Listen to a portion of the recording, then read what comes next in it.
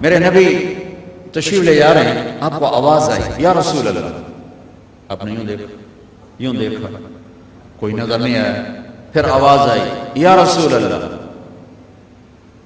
دیکھا تو ایک ہرنی گلے میں رسی چارپائی سے بندھی ہوئی وہ آپ کو پکار رہی تھی، آپ قریب آئے، کیا ہے؟ کہ آپ کا صحابی مجھے پکڑ کے لایا ہے، میں اللہ کی تقدیر پہ راضی ہوں، مطلب ذبح کی جاؤں، لیکن میرے چھوٹے چھوٹے بچے ہیں وہ بھوکے ہیں، اگر آپ مجھے چھوڑ دیں میں ان کو دودھ پلا کے واپس آ جاؤں۔ تو آپ نے فرمایا اگر تو واپس نہ آئی تو پھر، کہ اگر میں واپس نہ آئی تو اللہ مجھے جہنم میں ڈال دے جیسے انسانوں کو ڈالے گا۔ تو آپ نے اس کی رسی کھول دی اور وہیں بیٹھ گیا، اس نے دوڑ لگائی اور پہاڑوں میں غائب ہو گیا۔ دیر گزر گئی تو آپ نے دیکھا وہ پہاڑ سے اتر رہی تھی اور آ کر کہا یا رسول اللہ میں حاضر ہوں۔ اللہ اکبر، اسے خبر ہے میں کیوں حاضر ہوں۔ یہ ہمارے فیصل آباد کا بازار والا 10 روپے کے پیچھے وہ جھوٹ بولتا ہے کہ زمین آسمان کانپ اٹھتے ہیں۔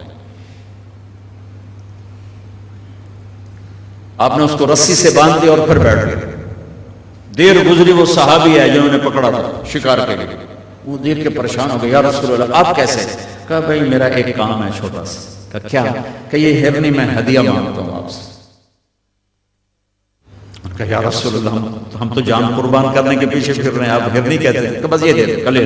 تو آپ نے اس کی رسی گردن سے نکالی، کہا الحق بأہلی، جو اپنے بچوں کے پاس چلی جا، سچ نجات دیتا ہے، جھوٹ ہلاک کرتا ہے۔ میرے بچوں ایک ہرنی جتنی سچائی سیکھ لو، اپنی زندگی سے جھوٹ نکالو اگر اللہ کو پسند آنا چاہتے ہو۔ نہ تہجد پڑھو، نہ اشراق پڑھو، نہ اوابین پڑھو، فرض نماز کا تو معافی کوئی نہیں، اس کی تو معافی کوئی نہیں، سچ بولو۔ فرض روزے کی معافی کوئی نہیں، مت رکھو تم نفلی روزے، مت کرو تم نفلی حج۔ فرض حج ہے کرو، فرض زکوٰۃ ہے ادا کرو، فرض نماز نہیں چھوڑ سکتے۔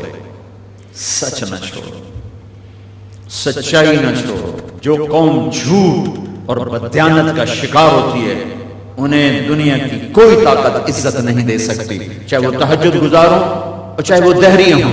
اور جو قوم سچ اور امانت پہ کھڑی ہو جاتی ہے انہیں کوئی شے ذلیل نہیں کر سکتی، چاہے وہ ایمان والے ہوں اور چاہے وہ 360 پتھروں کے پجاری۔ اپنی زندگی سے جھوٹ نکال دو اللہ کے واسطے۔ لمبی چوڑی بندگی ہے، میں نے فرض کے لیے تو میرے پاس کوئی چوائس کوئی نہیں کہ چلو اے کر لو تو اے نہ کرو۔ فرض تو فرض ہے، اس سے تو میں نکل نہیں سکتا، نہ آپ نکل سکتے ہیں۔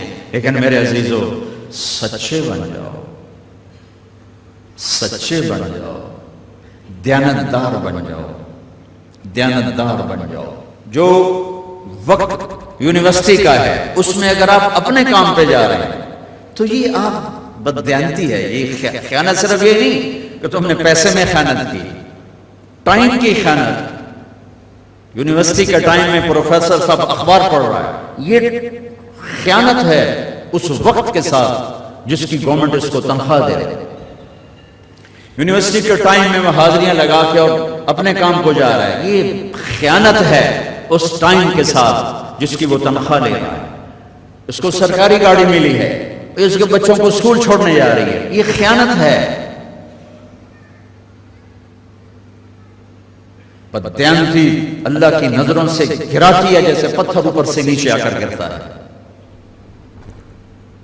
اور دیانت آدمی کو لے جاتی ہے سات آسمان عرشوں تک پہنچا دیتی ہے دیانتداری۔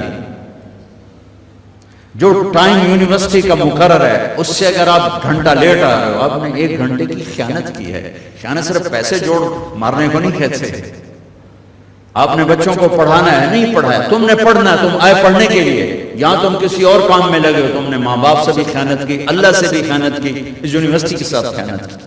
پروفیسر صاحب یونیورسٹی کے ٹائم میں کسی اور کام میں لگا ہوا ہے، یہ خیانت ہے۔ اگر اللہ اس کے رسول کا پسندیدہ بننا ہے تو میں لمبے چوڑے وظیفے نہیں بتا رہا ہوں، چھوٹی چھوٹی 2 باتیں بتا رہا ہوں۔ سچائی، امانت، سچائی، امانت۔ ہمارے ایک بزرگ تھے، وہ ٹیلی فون کے جی ایم ہو کے ریٹائر ہوئے تھے، وہ تبلیغ کے بھی امیر تھے۔ جب وہ دفتر میں آتے تھے تو تبلیغ کا ایک بول نہیں بولتے تھے کہ بھائی یہ تنخواہ میں ٹیلی فون کی خدمت کی لیتا ہوں، یہاں کوئی تبلیغ کی بات نہیں ہوگی۔ اور جب وہ دفتر سے نکل جاتے کہتے ہیں ہن میرا ٹائم اپنا، ہن کوئی ٹیلی فون کی بات نہیں ہوگی، اب صرف تبلیغ کی بات ہوگی۔ میرے بچوں، بددیانتی نے ہمیں زیرو کر دیا ہے۔ یہ تو اجتماعی زندگی کے لحاظ سے میں کہہ رہا ہوں۔